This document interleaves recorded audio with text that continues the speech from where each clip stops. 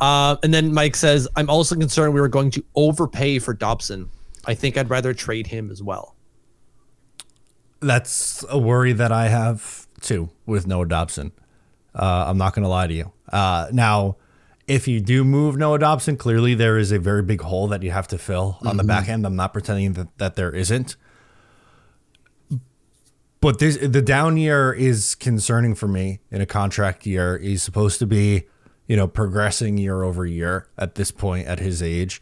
I thought Romanov, the last few years has done that. Like he's taken a step and gotten better each year, with this year being his best so far with the Islanders. Yeah. It does worry me because what's he going to get with the inflated cap? If he's getting $9 million, probably that's a lot of money. Yeah, it's a lot. If he can recapture his form, though, I don't think he's ever going to be a good defenseman. Like actually, like the defensive part of the game, he might be a little bit better, but he's never going to be good defensively. I think we have to forget that. But he could very well be another 70-point defenseman every year, which would be friggin' massive. I hope that's the case, but unfortunately, looking at his career, last year is the outlier, not the norm. Like this year isn't the outlier year.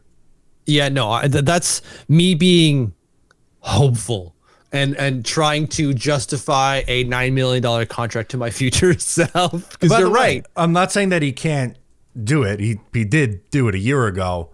I'm just saying it's risky to bet it on just that 1 year and excluding the other, 5 seasons roughly that he has.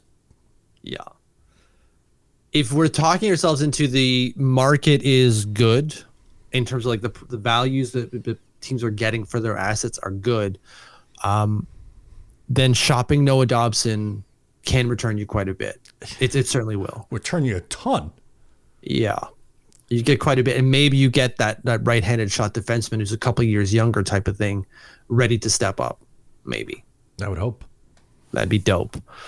So, Mike, I'm not completely against trading him. I may be a little bit less incentivized to trade him just because of the contract. I think someone would have to call me, and the value would be high, like crazy high. Offer I could not refuse, and then I would do it. But it would never be because, I want to do that to get out of a potential contract.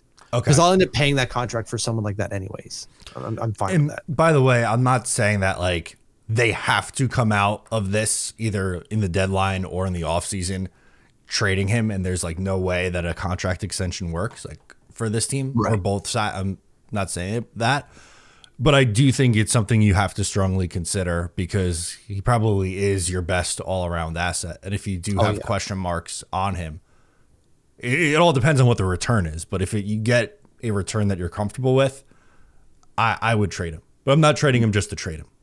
No, agreed. And he's healthy, right? Because Matthew Barzal is maybe that other tradable asset, but he is not healthy right now. So you can't put him in market. No one's going to come calling for him right now. Whereas Dobson, very much, I totally agree. If you like that, make sure to subscribe to Up the Turnpike on Patreon for more exclusive New York Islanders content.